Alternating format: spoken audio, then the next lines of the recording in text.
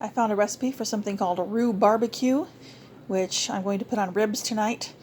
The Splendid table is the one who created the recipe, and I have just kind of adapted it to throw all the ingredients for the barbecue sauce in my blender.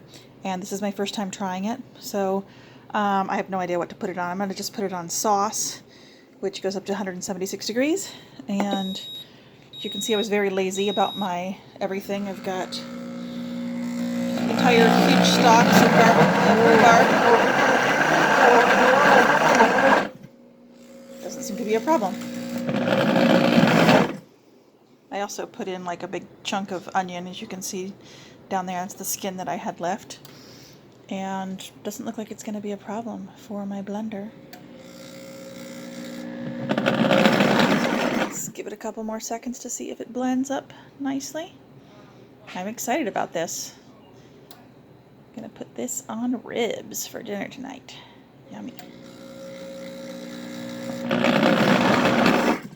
Now, you might be wondering why it's stopping like that. It's because the blender is supposed to do that. When it's on any of these heated settings, it kind of blends it up, heats it up a little bit, blends it up, heats it up.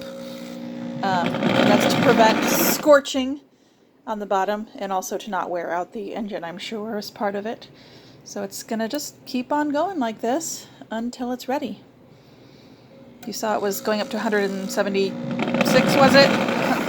And we're at 72 degrees. So when it gets up to proper temperature, it'll be done. And I'm excited about this. Yay!